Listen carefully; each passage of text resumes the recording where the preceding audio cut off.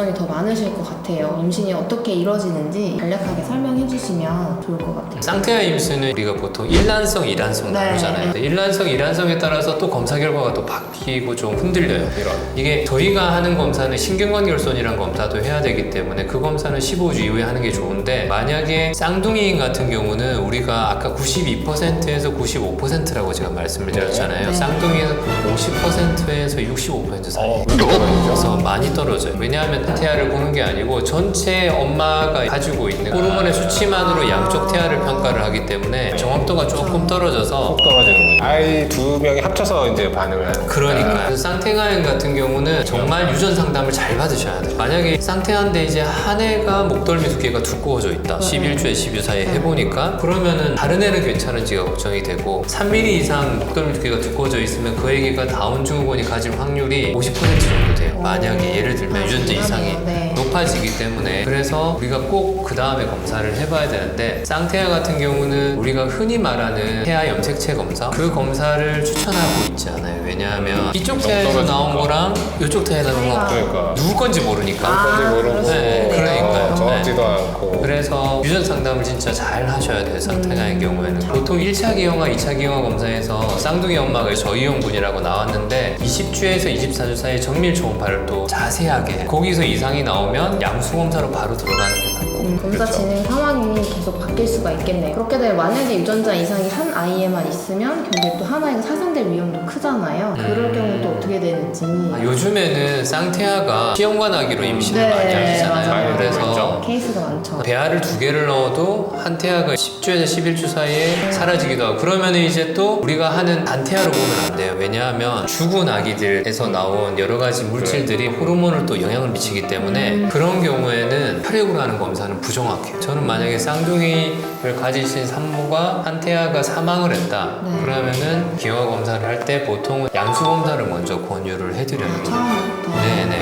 정확하게 해야겠죠. 그렇죠. 네. 아무래도. 산모도 그렇고 이렇게 좀 기분도 깔아지고 네, 그러면 어떻게 걱정도 좀 조언을 잘해야 될 것 같더라고요. 이제 1차, 2차 기형 검사를 했는데 고위험군이라고 나왔어요 하는 기준 자체가 검사 방법 따라 조금 다르거든요. 근데 이제 고위험군이라고 나오면 거기 옆에 1대 몇이라고 적혀 있어요. 만약에 1대 8이면 8명 중에 1명의 확률로 다운 증후군이나 에드워드 증후군이나 신경결손의 가능성이 있다라고 네. 말씀을 드릴 수 있고, 그런 경우에는 두 가지를 선택할 수 있어요. 뭐냐면 이제 아까 말씀드린 엄마 피 안에 돌아다니는 태아의 염색체를 모아서 하는 NIPT라는 검사가 있고, 아니면 육모막 검사나 양수 검사가 있는데, 우리가 모든 검사는 교수님도 잘 아시겠지만 선별 검사랑 진단 검사가 있거든요. 선별 검사는 진짜 이게 있다 없다를 그냥 가려내는 거고, 진단 검사는 이게 진짜 맞다 아니다를 진단을 하는 거기 때문에. 근데 아쉽게도 NIPT 검사도 선별 검사거든요. 그래서 2차 기형아 검사가 이제 전부 다 했을 때 고위험군이 나왔다 그러면은 NIPT 검사를 해볼 수는 있어요. 해볼 수 있는데 그 이유가 뭐냐면 NIPT 검사가 1차, 2차 기형아 검사고 나이가 35세 이상인 산모들한테는 비교적 정확해요. 근데 35세 미만은 부정확해요. 독특하네요. 그게 또 독특한 게 있어요. 그리고 NIPT 검사는 다운 증후군, 에드워즈 증후군, 파타우 증후군 세 가지의 검사의 정확도가 달라요. NIPT 검사는 다운 증후군의 정확도는 거의 98%, 35세 이상이면, 에드워드 증후군이 내가 고위험군이 나왔다 그럼 절대 NIPT 검사를 선택하시면 안 돼요. 아니면 에드워드 증후군 68%밖에 안 되거든요. 이런 68.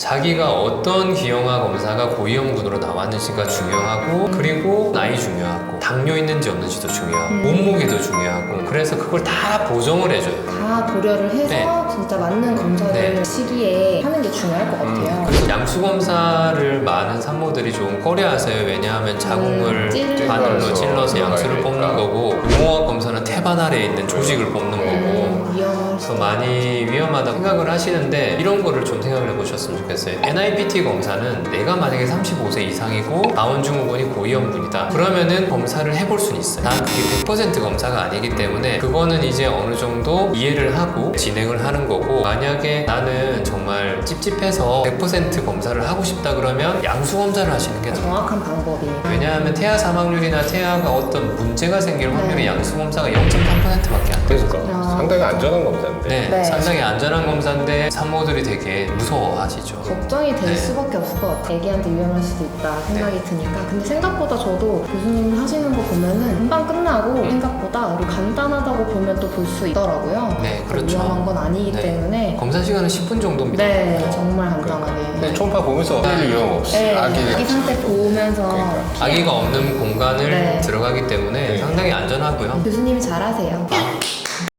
이번 시간은 기형아 검사에 대해서 교수님이 너무 자세하게 설명을 해주셔가지고 정확한 검사 진단을 받는 방법이 가장 좋은 방법이다라고 말씀을 해주신 것 같아요. 특히나 NIPT 검사 같은 경우는 35세 이상 이 검사가 음성으로 나오면 진짜 음성일 확률이 99%도 돼요. 만약에 35세 이상인 산모가 다운 증후군이 1대 150, 1대 100 정도로 나오면 양수 검사보다는 NIPT 검사를 먼저 해보자고 얘기를. 근데 에드워드 증후군이나 다른 게 이상이 나오면 무조건 양수 검사로 가요. 다 정확하게. 부담이 될 수 있어서 산모들이 선택할 수 있는 선택지는 항상 드려요. 양수 검사는 진단 검사고 NIPT 검사는 선별 검사이기 때문에 차이가 있다. 둘 중에 어느 걸 하고 싶은지 아니면은 제가 충분히 설명을 드렸으니까 한번 생각해 보고 오시라고 얘기를 하거든요. 적절한 시기에 검사를 해보고 이제 교수님의 의견도 들어보고 잘 판단해가지고 검사해보고 개인 맞춤형으로 들어봐야 될 것 같아요. 유전 상담이 진짜 중요한 것 같아요. 진단을 받으셔가지고 검사를 받으면 좋을 것 같습니다.